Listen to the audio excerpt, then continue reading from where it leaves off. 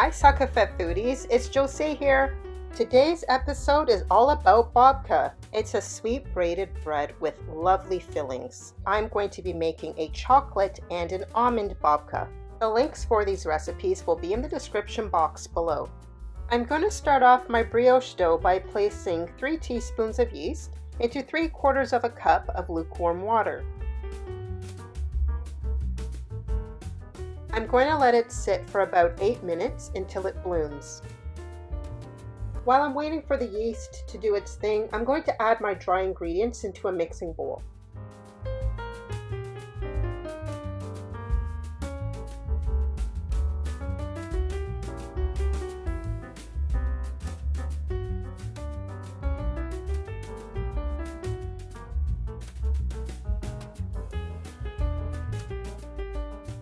Next, I need to crack 3 eggs.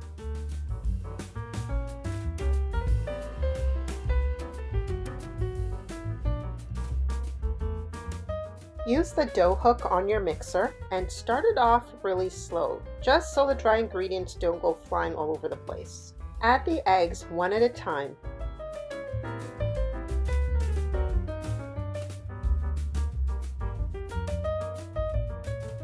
Now that my yeast has bloomed and you can see it bubbling there, I'm going to add it to my flour mixture.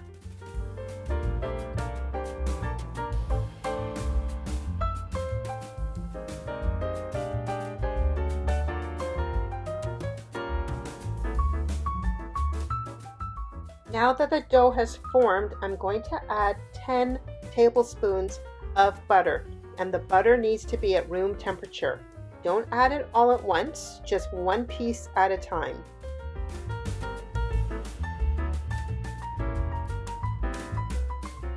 Let the dough knead for about 6 to 8 minutes.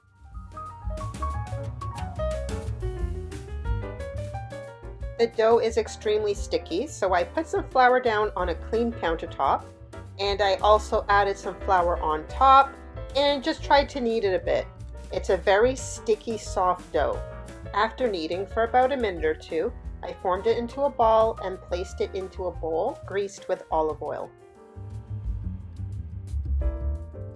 Now at this point, you could put the dough in the fridge and leave it overnight, but if you want your babka the same day, you can let it rise at room temperature for 1 hour. My dough has risen and it's double the size. I'm going to actually try to split this dough into 2 pieces. This recipe will make you 2 loaves, which is the reason why I'm making 2 different flavors. I tried to shape the dough as best as I could into a rectangular shape. This will help me as I roll out the dough. I'm going to keep the dough in the fridge until I'm ready to make my babka. I'm going to make a simple syrup to go on top of the babkas when they're out of the oven. Add 1 cup of water, 2 tablespoons of sugar, and 4 tablespoons of rum. Let the simple syrup cook on low until the sugar is dissolved, and then I'll take it off the heat to cool. I'm going to work on the chocolate paste, and first I'm going to melt half a cup of butter. I'm going to use some chocolate truffles and melt them in the saucepan.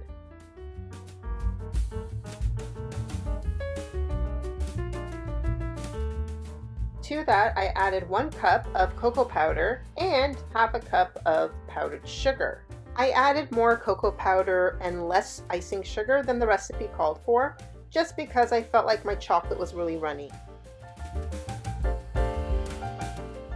I also decided to add some hazelnut syrup, and after tasting the babka, I wish I had added more. I'm pretty sure you could use Nutella if you wanted more of that hazelnut flavor. Maybe just don't add any icing sugar to that.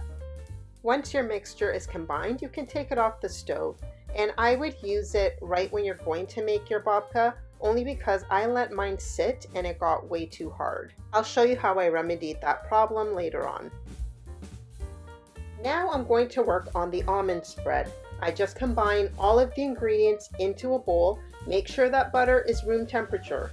After making this spread, I added 2 more ingredients to it, so stay tuned to see what they are.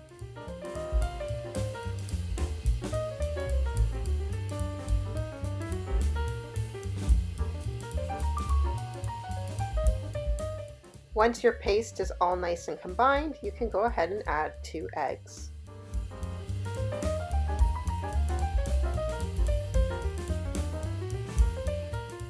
Beat the spread until it is light in color and fluffy.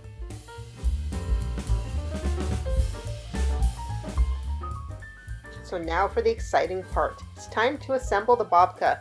I cleaned off my counter, put some flour down, and now I am rolling out my dough. And I want to try to keep that rectangular shape. This is my first time making this bread, and I actually rolled the dough out a little too thin. So as you can see, my paste is really thick, and it's very difficult to spread. So this is what happens when you let it sit for too long and it hardens. So I actually had to put the spread into the microwave, stir it up, and it was much easier to work with. Also, this amount of spread is enough for 2 babkas. I brush the edges of the dough with some water, and that's going to help it to stick once I roll it up. Now it's time to roll the dough into a log. I pinched the dough so it'll stay closed, and then I wrapped it in some saran wrap and put it back in the fridge. Now here is the extra ingredient that I added to my almond spread. Almond extract made a big difference, and I also added some sliced almonds for texture.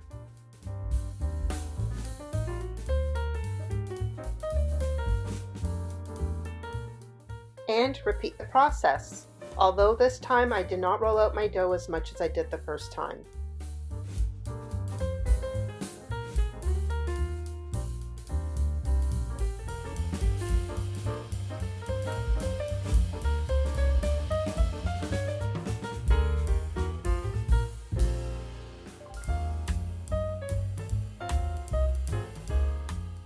After I rolled my babkas, I put them in the fridge to chill. I think I left them in there for about half an hour. Alright, now that my dough is chilled, I'm going to take a serrated knife and cut it all the way down the middle, lengthwise, and then I'm going to try to braid it. Mind you, my spreads were kind of messy, but I did my best. So I try to pinch one end and then just twist one side over the other, trying to keep the spread facing the top. I sprayed a loaf pan with some cooking spray and then placed the dough inside. I'm gonna let these rise for another hour and a half, and you want to cover it with a damp towel. I kind of realized that after.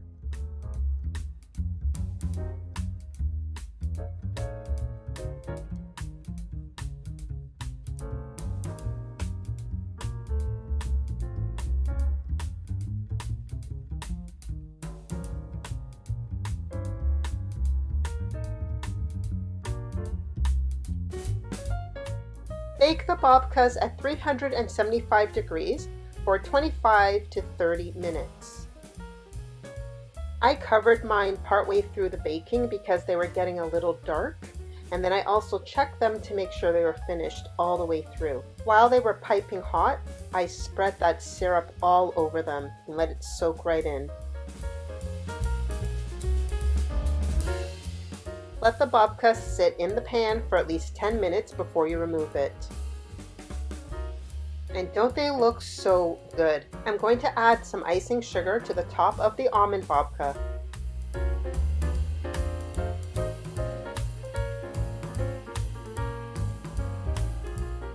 And don't forget to like, share, and subscribe to the channel. It really helps us with the YouTube algorithm. And here they are. I'm really happy with how the brioche turned out, and honestly they both tasted like croissants. The chocolate one tasted like a chocolate croissant, and the almond one tasted like an almond croissant. I waited 2 hours before cutting them so they had enough time to set up. If you give this recipe a try, please let me know in the comments down below. Thank you for joining me today on SakaFeteFood. Bye!